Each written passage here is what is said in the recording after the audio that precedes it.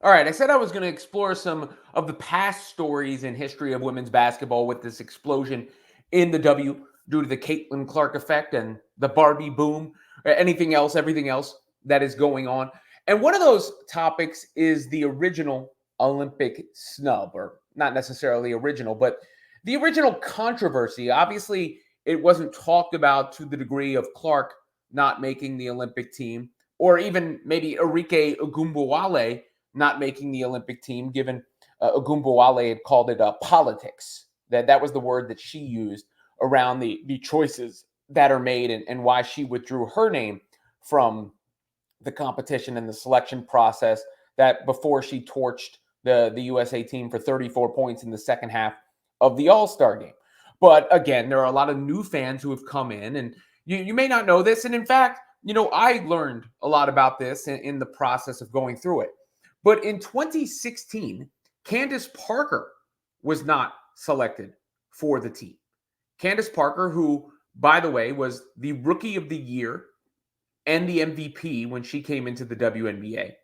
And she thought that it was also politics. In fact, she blamed Gino Auriemma. You can see the link to this in the description below. I don't think I personally fit.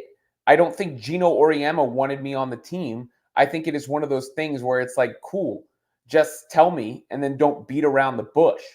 And then she also stuck up for Nneka Ogwumike in 2021, saying, how many times are we going to say it's not politics? Like, I think we all know that. I hit Nneka. I was like, you're one of the greatest. You're the only MVP not to make an Olympic team, which is bullshit. And obviously, Candace felt a certain type of way about it. And if you're unfamiliar with Candace Parker's game, here's a bit of highlights of the WNBA legend, women's basketball legend, who obviously had a long and storied career. These are from the WNBA. You can see her when she's younger, wore several uniforms, but the dunks they're going on.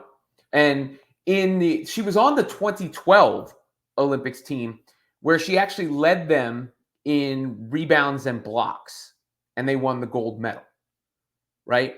And on top of that, she was a part of look at those moves. She was a part of the program during the process.